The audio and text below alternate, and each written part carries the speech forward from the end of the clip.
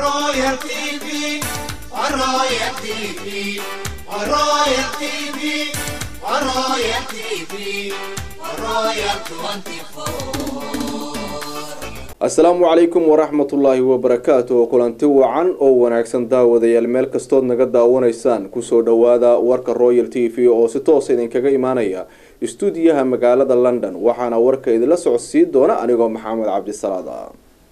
madaxweynaha Somaliland Axmed Maxamed Maxamuud Silaanye iyo wafdi balaaran uu hogaaminayo ayaa kormeer waxa ay ku tageen qaybo kamid ah gobolada Somaliland halkaasi oo ay ugu kurgalayaan xaaladaha dadka ku dhaqan deegaanadaasi. wariyaheena Maxamed Yuusuf Bakayle oo la socda wafdigaasi ayaa warbixinta warka inoo haya. wafdigii uu horkacay madaxweynaha Somaliland ee deegaanada kamid ah gobolada Somaliland socdaalka loogu magac daray safarkii buuraha iyo banaanka ku marayay ayaa si maqaamkeedu sareeyo loogu soo dhaweeyay degmada Sabawanaag ee gobolka Maroodijeex. dadweyne tiro badan ayaa dhoobnaa shaaraciyada iyo jidadka magaaladaasi waxaana ay lulayeen calanka qaranka iyo boodhar ay ku xardhan yihiin halkudhigyo ay ku bogaadinayaan wafdiga madaxweynuhu hogaaminayo. munaasabad halkaas loogu qabtay wafdiga madaxweynaha ayaa waxa ka soo qayb galay dadweynaha deegaankaasi waxaana ugu horeyn halkaasi ka hadlay wasiirka arrimaha gudaha Somaliland Cali Maxamed Waran Cade iyo barasaabka gobolka Maroodijeex Jeeni Yare oo dadweynaha reer Sabawanaag ugu mahad celiyay soo dhaweynta wafdiga madaxweynaha. waxa farxad weyn ah in si balaaran oo qiimo leh oo martigelin wanaagsan la u soo dhaweysay madaxweynaheena oo runtii gacmo furan ku soo dhaweysay aad iyo aad bay qiimo weyn iyo sharaf weyn ay ugu leedahay. madaxweyne degmada waa degmada ugu balaaran gobolka Maroodijeex isla markaana waxa weeyaan degmadii uu ka soo baxay Somaliland ninkii ugu codka badnaa Somaliland oo dhan. waxaan filayaa halkaastayda ayuu joogaa iminka ana ku hadlaya madaxweyne bulshada reer Sabawanaag codkaasuna waa ku diyaar dadkana waa dad dawladeed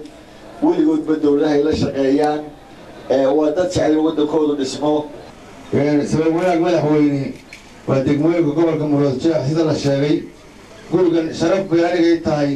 in xukuumadda dhisto hogaaminaysay aniguna aan dhagax dhigay waqti hore marka hadalka qalin maayo reer Sabawanaag baad maasantiin ilaahay waxaan ka baryaa sanadkiisa inuu barwaaqo nabadgelyo ku gaadhno. salaadiin cuqaal madax dhaqameedkii koofiyada dadka deegaankaasi oo iyaguna xafladii soo dhaweynta wafdiga madaxweynaha ka hadlay ayaa xukuumadda ku ammaanay inay waxqabad muuqda dalkii deegaankanba ka taabagelisay taasi bedelkeedana ay madaxweynaha abaalgud uga dhigayaan inay codkooda ku taageeraan inuu mar labaad 5 sano ee soo socda majaraha hoggaanka u qabto Somaliland. madaxweyne sida hore loo dhawaajiyay degmada Sabawanaag ma aha markii ugu horeysay horumarka dalka aad ka qabatayna qaybteedii runtii way ka muuqataa maanta. guryaha la furay baa kamid ah waxa kamid ah cusbitaalada la furay baa kamid ah waxa kamid ah saldhigyo booliis oo cusub baa kamid ah waxa kamid ah gurigii degmada la furay kana maanta joognaana waxa weeyaan gurigii martida. madaxweyne dadkan maanta waxay diyaar ku leeyihiin hiil iyo hooba inay iska garab taagaan waa deegaan ballaaran madaxweyne beesha ballaaran ee labada degmane ilaa cadaadleye ilaa Sabawanaag uqaasheedii iyo sulaadiinteedii iyo dhalinyaradeedii iyo waxgaradkeedii madaxweyne waa ku diyaar.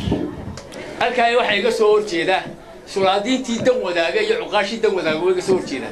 sulaadiintii Maxamed Daawud iyo uqaashoodina way iga soo horjeedaan. saddexda Isxaaq uqaashoodii iyo degmadoodina way iga soo horjeedaan.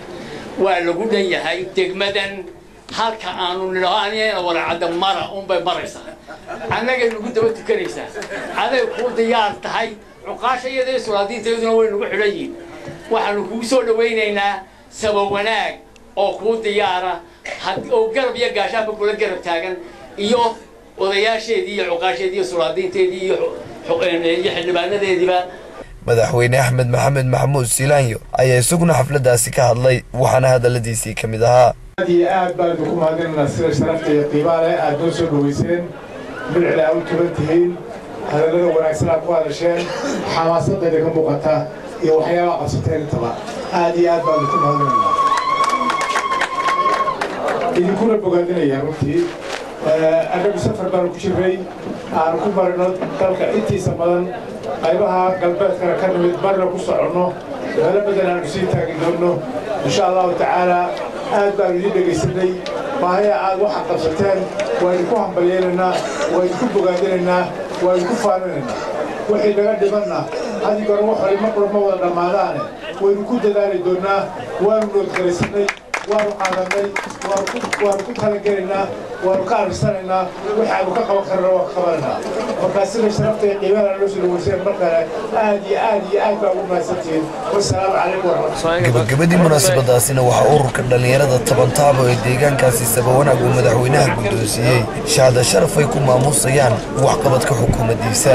waftiga madaxweynaha ayaa intaa kadib u kici timay dhinaca gobolka Daadmareer waxaana si diiran loogu soo dhaweeyay dhammaanba deegaanadii ay cagta soo dhigeen waftiga ayaa ugu horreyn soo gaadhay magaalada Dabagoryaale xilli habeenimo ah waxaana halkaasi si diiran ugu soo dhaweeyay xildhibaano wasiiro mas'uuliyiinta maamulka gobolka Daadmareer cuqaal iyo dadweynaha deegaankaasi munaasabad ballaaran ayaa deegaanka Dabagoryaale loogu qabtay waftiga madaxweynaha waxaana halkaasi hadalla ka soo jeediyay wasiiro mas'uuliyiinta deegaankaasi iyo madax dhaqameed mudana madaxweyne waxa ilaahay mahadiya oo ilaahay ku baryana oo alxamdulillah rabbil caalamiin leenay maanta adigoo ah madaxweynihii jamhuuriyadda Soomaaliland adigoo maanta in aad maanta aan kugu soo dhaweyno Dabagoryaale oo cidda fadhiyi jirtay sida ay ahayd adogeyd ayaa ilaahay mahadiya aad iyo aad baan ilaahay ugu mahadnaqaynaa waxaan leeyahay in uhura sida Umar Geelle ay horumar hayna gaarsiiyo qof waliba bartiisu biil ku qaadanaya haddaynu maalin walba mid dayn lagu leeyahay doorano dib uun baynu soconaynaa aan madaxweynaheena daada aan doorano isagoo adduunyo meel uu dhigta dooni maayo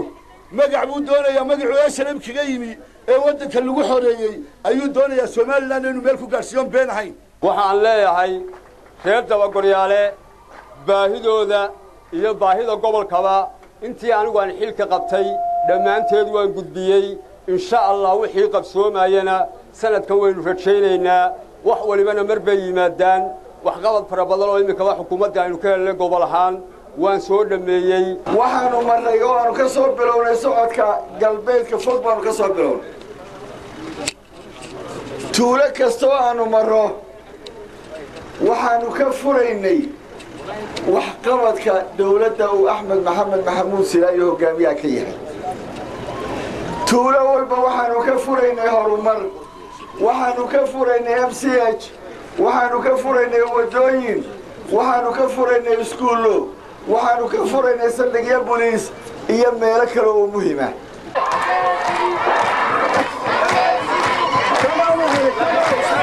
inta kadib waftiga madaxweynaha ayaa halkaasi ka sii anba qaaday socdaalkoodii guuraha ahaa waxaana sidoo kale si ballaaran loogu soo dhaweeyay deegaanka Khaatumo waxaana halkaasi mar kale munaasabad Ilyartu isqabatay loogu qabtay soo dhaweynta waftiga madaxweynaha iyadoona ay munaasabadaasi hadalla kooban ka soo jeediyeen wasiir ku-xigeenka ganacsiga Soomaaliland xildhibaano ka tirsan wakiilada iyo mas'uuliyiin kale dadweynaha degmada reer Khaatumo sharafta leh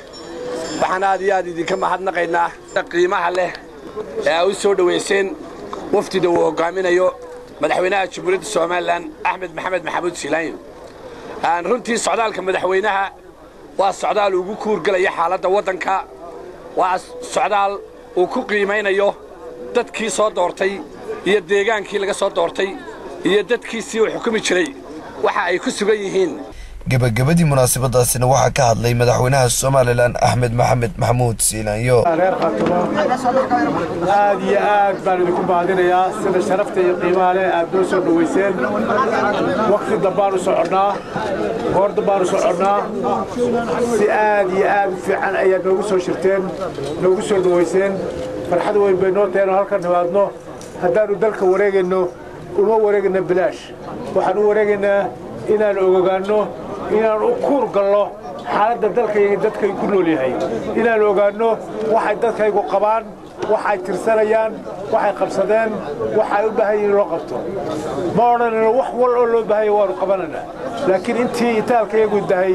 waanu dadaalaynaa marka aanu dareen u yeelanno ee aan ogaano meeshaanu soo marray ee aanu soo taabannay ee soo aragnay ee dadkeedii iyo odayaasheedii iyo waxgaradkeedii ay noo warrameen waanu qaadanaynaa dad baana la socda waanu qoranaynaa waanu qaadanaynaa waanu tixgelinaynaa waanu ku xisaabtamaynaa hadda insha allah ilaa ka dhigo